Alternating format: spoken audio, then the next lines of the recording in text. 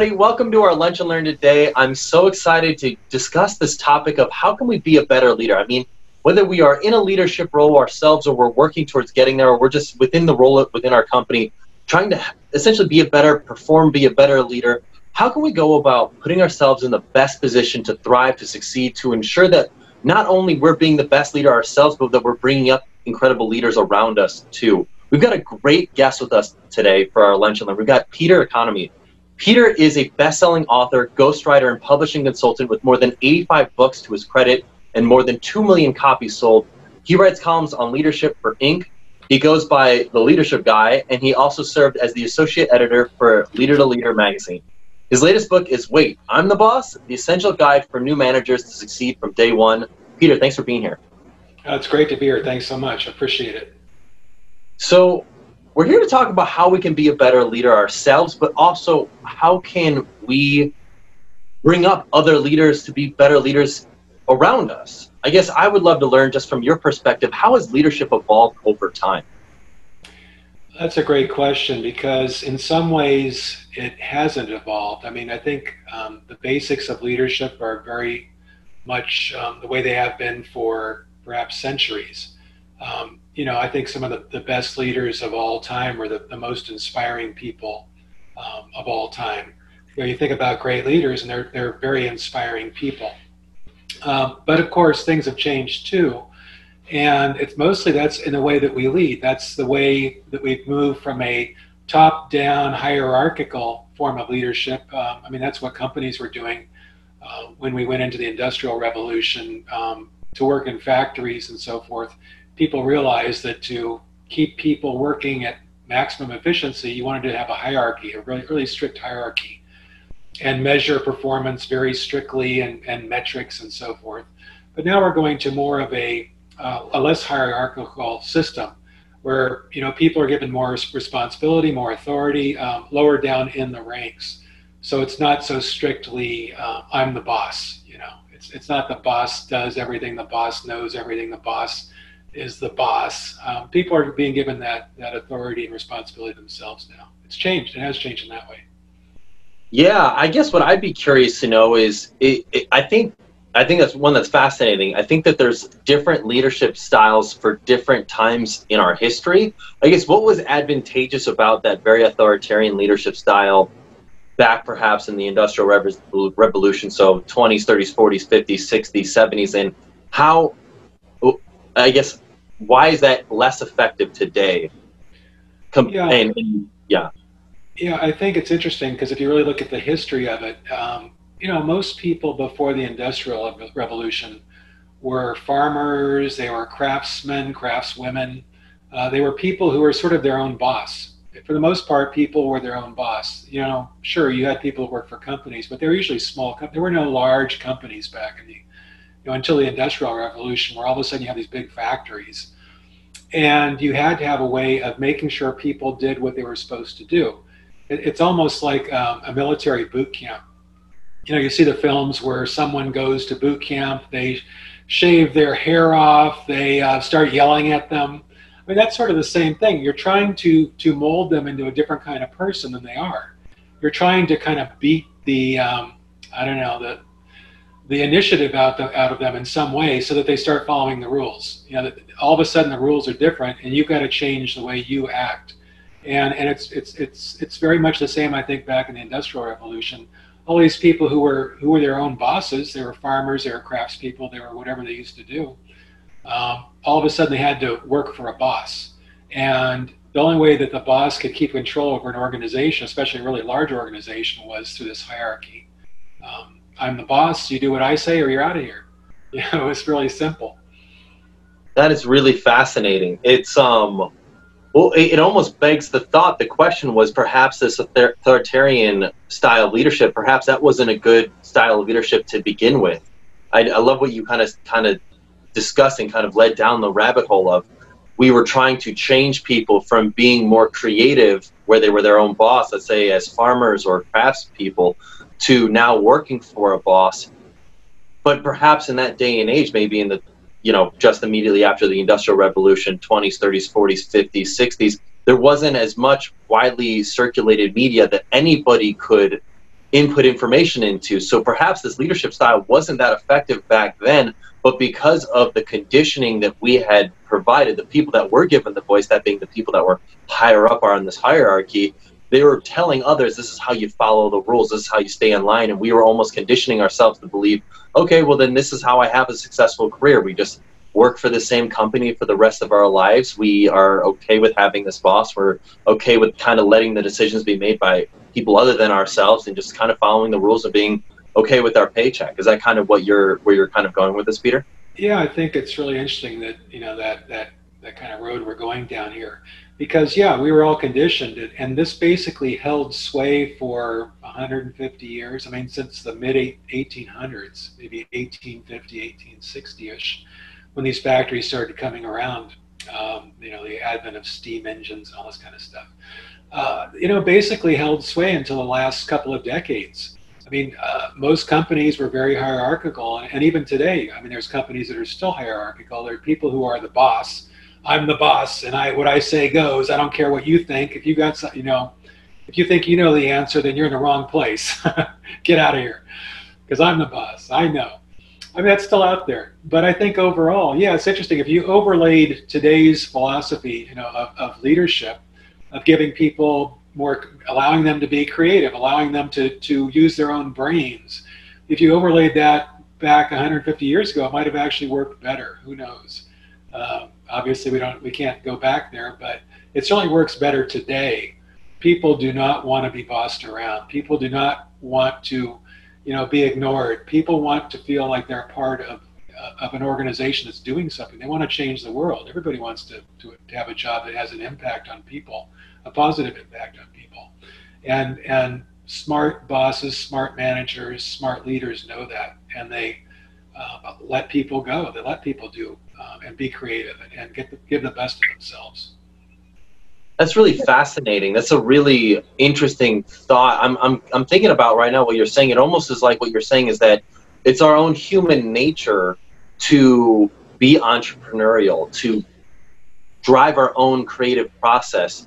And it's fascinating because I've heard other people say things to me like, well, Garrett, not everybody's meant to be an entrepreneur, but perhaps what you're saying is that in our own human nature of, historically what our lineage has done, it has been in part entrepreneurial. And maybe it wasn't necessarily I own my own business, but maybe I own my own farm, or I make my own crafts, or I do this part.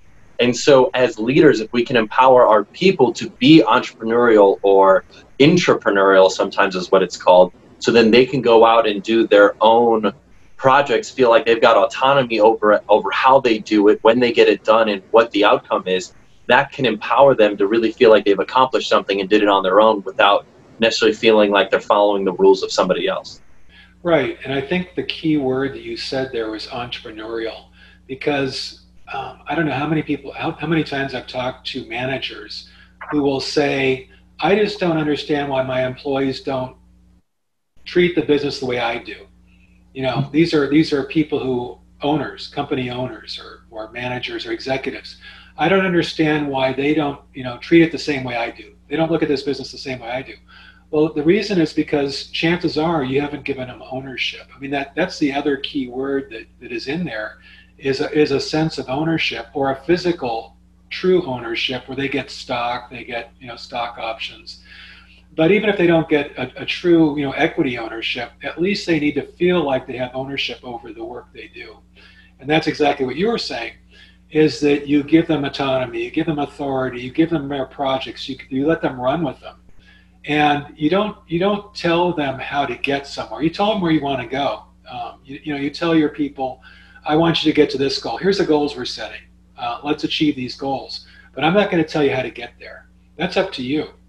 And that's the way that people do unleash the creativity within them, and the way that they feel ownership over the work that they do, whether or not they have equity. They'll still feel ownership. So I have a question. Sure. If we look at this, when did it shift from being very linear, traditional, to swinging back to entrepreneurial and autonomy within an organization, and why did that happen? Yeah, it's interesting because I think it sort of came out of the 60s. This whole peace, love, and understanding, whatever the 60s generation. You know, I'm a baby boomer. I'm in my early 60s, and I went through the tail end of the 60s, you know, when I was a teenager. And we expected more. I think we decided that there was more to this world, there was more to our lives than just being bossed around, just being a cog in the machine. So I think up through the 60s was when everyone accepted that, you know, you worked for a company, you got a job, you worked there for your entire life, you gave everything you had to your company, the company gave everything to you, probably a pension. You get a retirement pension after serving 30 years with this company. And I think that after the 60s, so probably in the 70s, 80s, the people like me who started getting in positions of responsibility, who became managers, were saying, the old way isn't working. The old hierarchical top-down model doesn't work for us. You know, we want to do more. We want to be more. We want to impact the world in a bigger and better way. So I think that change pretty much happened probably starting in the 70s and then through the 80s, where the whole model of leadership and management just changed. Interesting. So Peter, what I'd be curious to know is, what are common mistakes a lot of current leaders make right now? What are a lot of mistakes that you see a lot of leaders making as they lead their teams or as they grow within their organizations today? Yeah, I think one of the biggest mistakes that leaders continue to make is they don't spend enough time developing their people. So, you know, I know people who make a living off of being trainers and speakers, you know, motivational speakers, inspiring people. And the first thing that seems to get cut whenever there's any kind of economic downturn like what we've been through this year is training and is speaking. You know, these speakers that come in or consultants, or that all gets cut. And probably for good reason, because, I mean, that's sort of expendable. But it really isn't expendable. You need to train your people. And I think one of the biggest mistakes that leaders make time and time again is they don't put enough effort into developing their people. And that includes developing new leaders. You know, you mentioned I have this book, Wait, I'm the Boss, and it's all about new leaders. You know, there's all kinds of statistics out there that, you know, I think companies with less than 100 employees, they only get about 24 minutes of management training a year. And for companies that are over 100 employees, they get less than 12 minutes of training. This is for an entire year. Companies just aren't training their leaders. And then they expect their leaders to do great things, but they aren't training them. I know when I became a manager myself, the very first time I became a manager, I was here in San Diego. I was working for a software development company. And one day my boss said, "Oh, I'm going to put you in charge of this group of people. These are other administrative people." I was a contract negotiator at the time. So I would be in charge of a small group of admin people doing like HR type functions and accounting and stuff. And I said, "Okay, great." So the next day I walked in and it was just the same as the day before. I wasn't any different. I hadn't been trained. The only training I had to be a manager, and that was true from that day forward, was the management I had seen my bosses give, or other bosses in the organization, another organization I'd worked for.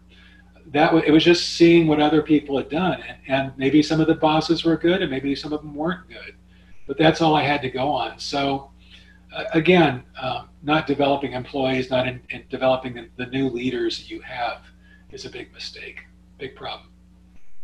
That's really fascinating. I think those statistics about how much management training a typical leader will get, or a typical person will get in a year for a less than 100 company or more than 100 person company, that is shocking to me, and it's fascinating. I'd be curious, why do you think that is? I mean, my initial assumptions are that perhaps it's because it's less, what we're measuring in terms of outcomes becomes very abundantly clear on a macro level of if we've done a good enough job developing our people. My assumption is that perhaps maybe because there's not enough micro checkpoints to kind of see, like, is this person on track? Kind of like sales, like if you made a sale, you know you got a sale. So if you're on track to hit your sales quota for the quarter or for the year, you'll know it. You can easily measure that. But I would imagine for leadership, there aren't as many clear, maybe micro steps towards assessing, like, hey, is this person on track to getting to where they want to be? I don't know. What are your thoughts, Peter? Yeah, well, clearly, there's many things that leaders do that is quantifiable. You give your leaders more responsibility, more authority. It might be over budget, might be over managing people, might be over managing projects. So you can certainly quantify those things. But I think the biggest problem is that it just sort of sits on the back burner. It's something that most managers, most executives know that they should be doing. Company owners know they should do, but they just never quite get around to it. There's so many more pressing things. I mean, you're fighting fires all day long. When you're a company owner, an entrepreneur, a manager, an executive, you're always fighting fires. So you're always having to deal with those most important things that are on your plate. Usually those are customer related, they're budget related, finance related. They're not personnel related unless your people are just on strike or something. And all of a sudden it gets to the front burner. But those things, people development tends to sit on the back burner for many companies, I believe, because it's just not crisis. It's not a crisis. So how do we bring it from the back to the forefront to leaders? And what are the key phrases or wording that we should use or could use to have leaders realize how important this is? Yeah. Well, I think you get what you reward. There's an old saying, a friend of mine, Bob Nelson, Dr. Bob, he says you get what you reward. And that's true. So I think as a company owner, executive, someone at the top of the organization, they have to make it a part of the evaluation of the managers, of the people who you're expecting to do these things. It has to be a part of their evaluation. So make that a part of your performance appraisal. Make that a part of your one-on-one meetings, your weekly staff meetings, whatever you do. Make that a part of the things you measure, and make sure that you do measure it, and then make sure that you provide feedback to your people. Make sure that they're actually doing it. And if they're not doing it, then feed that back to them. Tell them this is something you need to do. And what are you going to do this next week to do that? I want you to tell me right now, what are you going to do to make this happen? And it's not your job as the executive, as the owner, to do it for them. You don't want to take that monkey on your back. It's really their job. Mm-hmm. What are you going to do? And then if in the next one-on-one, the next week, they haven't done it, you can only go so long without doing it before there's some sort of consequences. So you get what you reward. If you reward that kind of thing, you'll get that kind of thing. That makes a lot of sense. That's really fascinating. It sounds almost like I'm a big believer in atomic habits and just the power of intentionality and taking small steps on a regular basis to actually achieve a massive outcome. As a leader, what we can do is take time, whether that be every day or every week, to intentionally carve out some time for just leadership. And if it's every day, maybe it's 15 minutes just of intentional focused thought on how you can develop somebody on your team or a group of people that report to you or that you work with. And even if it doesn't necessarily lead to a direct, tangible outcome in that moment, if we're saying, hey, I'm spending these 15 minutes thinking about my people and this is what I'm going to do, or this is how I'm going to go about building something, it grows and it builds over time, as opposed to one big hurrah of 2 hours, deep focused, intentional energy on trying to do something and maybe doing that once a year randomly Right. in happenstance.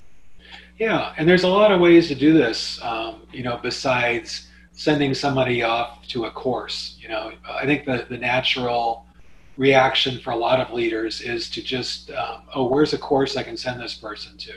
I mean, it's easy.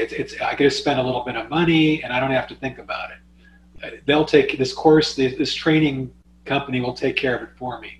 That's not really the right approach, I don't think. There's all kinds of things you can do. You can actually do like a book club. There's always new management books out. Every week there's a new management book. So pick one of those books like Atomic Habits. Say, let's do a little book club. Let's do our own little management book club. And let's read a chapter. Every week we'll read a chapter. And let's talk about it for half an hour, 15 minutes. Let's just talk about it. Someone give a presentation on that chapter and rotate through your group of managers. So each week someone else give a different chapter presentation and talk about it. It doesn't have to be some kind of humongous system that you've got in place. It could be something really simple like that. Like that's awesome.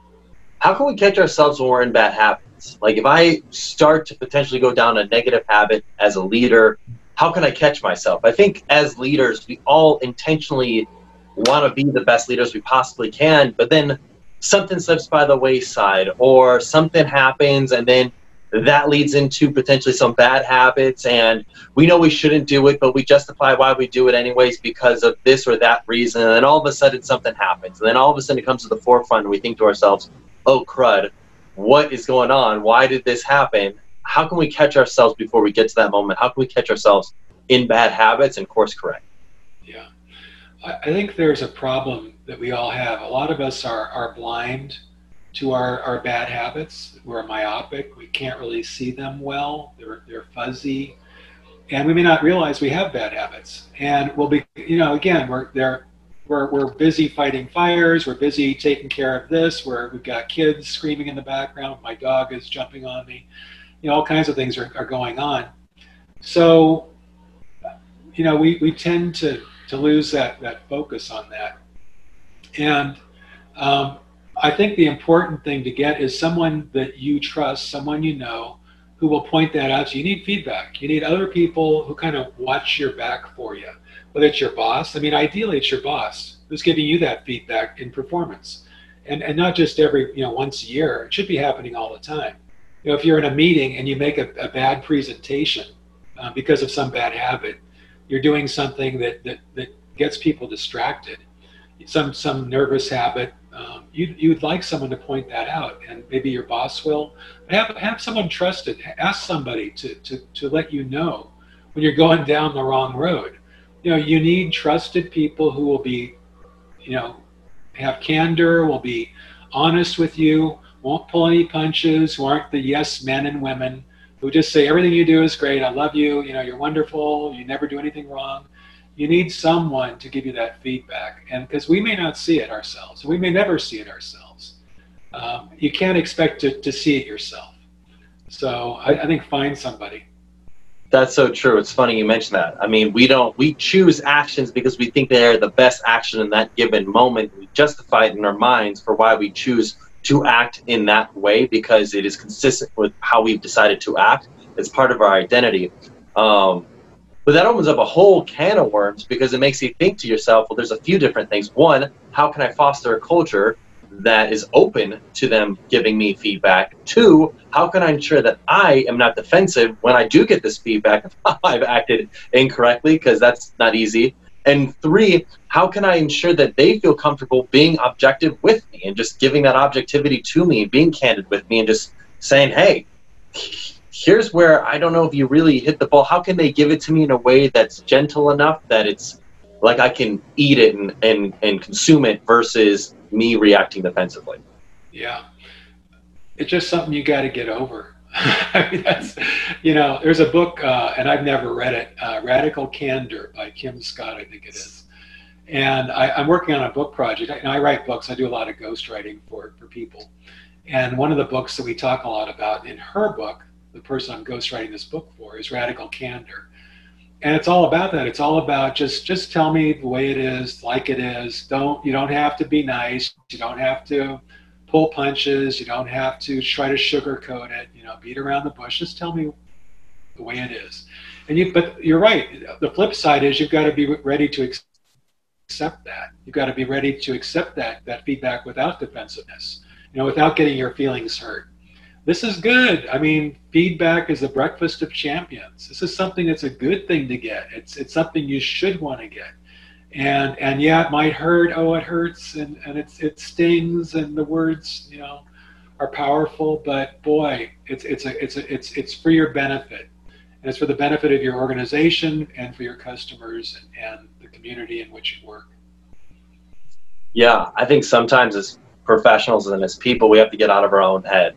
Like, people aren't wasting their breath on us. They wouldn't give us this feedback unless they actually wanted to succeed. If they didn't care, they'd be yes people. They'd say, yeah, sure, it was awesome, amazing. If they actually care, they're going to give you the feedback even if it hurts. Now, that also means on our side, we need to be open to that feedback, and that it might not necessarily be what we want to hear. It might not necessarily be how we want to hear it.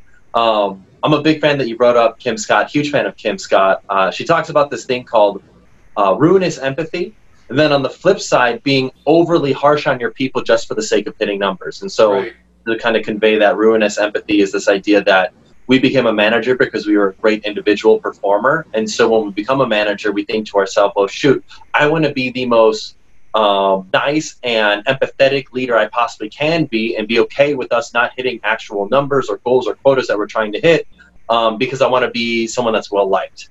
And that ultimately doesn't necessarily lead to great outcomes, because we're stressed out, because we're not now trying to pick up the slack for everybody else, because we care about our performance. On the other side, you've got, you know, the person who got in the role for the same exact reasons, but they run their team like a drill sergeant, and they said, you must hit these numbers or else you're fired. And so everybody's, sure, getting their numbers in, but they hate their jobs and they hate their manager. And so having that fine balance between the two is so critical. But I think that absolutely plays into how we receive feedback, because we need to know, are we being too nice? Are we being too hard? Are we hearing our people, and are we giving them the opportunity to thrive? Are we saying words that are conducive to what they want to hear, or are we potentially bringing them down? Right. Yeah, totally. You know, I think that when I was a manager back in the old days, this is more than 20 years ago, when I was a manager, I definitely erred on the side of wanting people to like me. You know, it was like, I want my people to like me. I want them to, you know, think I'm a good guy.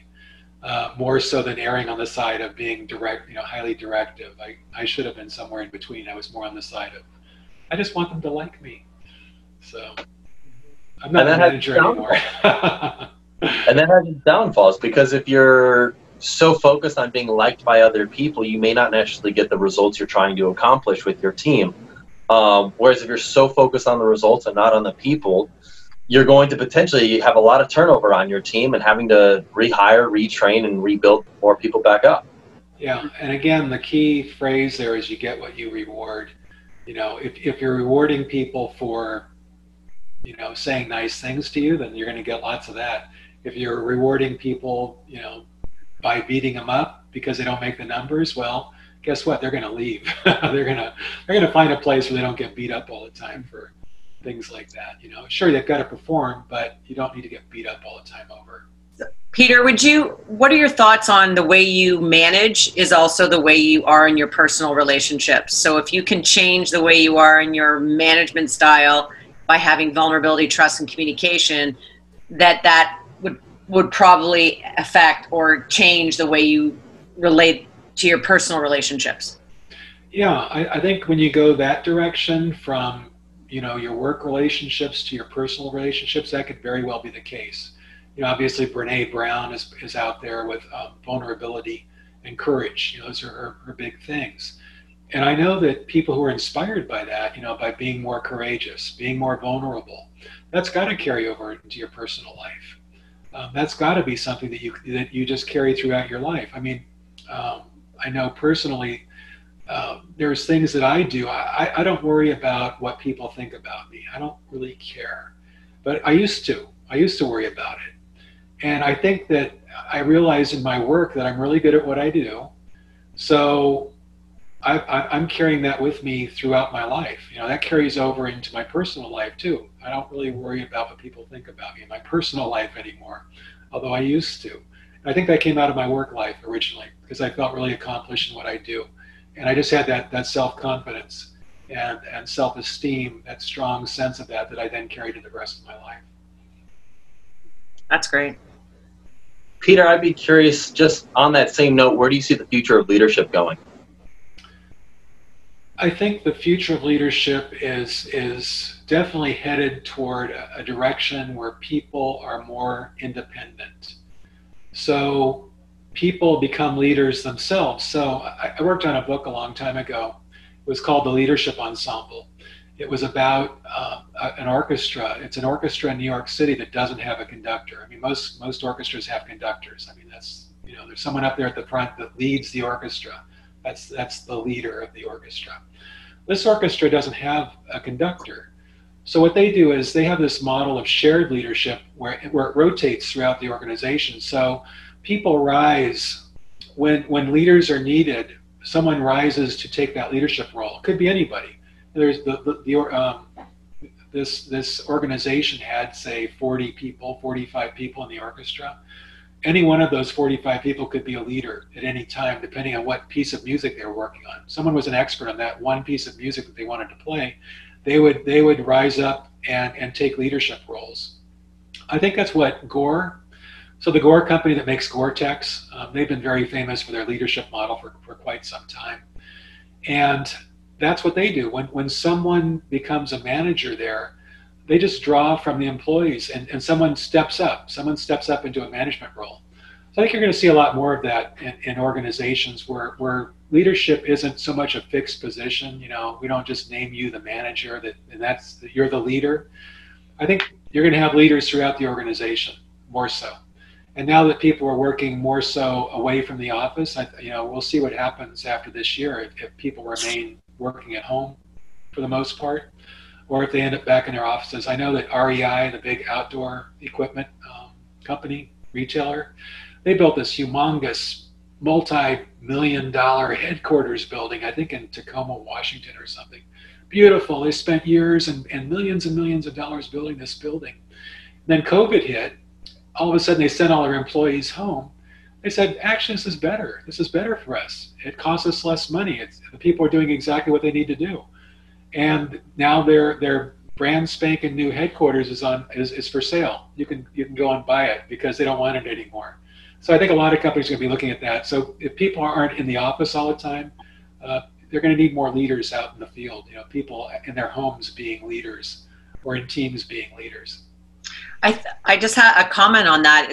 You said that and it sparked with me. I have 3 people that have started jobs recently, and I was asking them about, oh, tell me about it. And they're like, well, we're creating it as I go. I'm working with the founder, and I don't really have a title, but it's playing to my strengths. So it's actually having someone come in and you're molding them on their strengths, not the other way around, trying to have them jam them into a space that they don't fit. That's really interesting because I think it is what you just hit on. And I love the orchestra analogy because it resonates. I understand that. Yeah. And we're in a time right now where everything is in flux. I mean, everything can be changed. So it's a really interesting time in business today, and people are changing. New models are being tried. Like you said, people are finding new roles, and instead of trying to patch up their weaknesses, let's play to your strengths. Why not? Love that. Peter, this has been awesome. This has been a great lunch and learn. I really am grateful that you're here and sharing your insight and wisdom with us and our audience. Last question, how can our audience learn more about you and your work? My website, petereconomy.com. Perfect. Well, Peter, thank you so much for being here. This was great. I really enjoyed it. Everybody in the audience, thank you all for being here. I look forward to seeing you at our next lunch and learn. Have a wonderful rest of your day. See you, everybody.